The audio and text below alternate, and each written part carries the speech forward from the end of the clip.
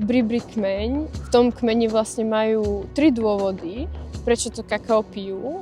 Tie 2 sú spojené so životom a so smrťou. A je to vlastne spojené s prechodovým rituálom. Keď sa narodí nejaká duša do ich kmeňa, do ich rodiny, tak vlastne ju privítajú kakaom. Keď duša zo svojho tela odchádza a zomiera, tak sa s ňou rozlúčia s kakaom. A vlastne je to stále preto, aby tá duša našla ten správny smer. A potom teda ten tretí dôvod, keď cítia, že není dosť vďačnosti vlastne v kmeni.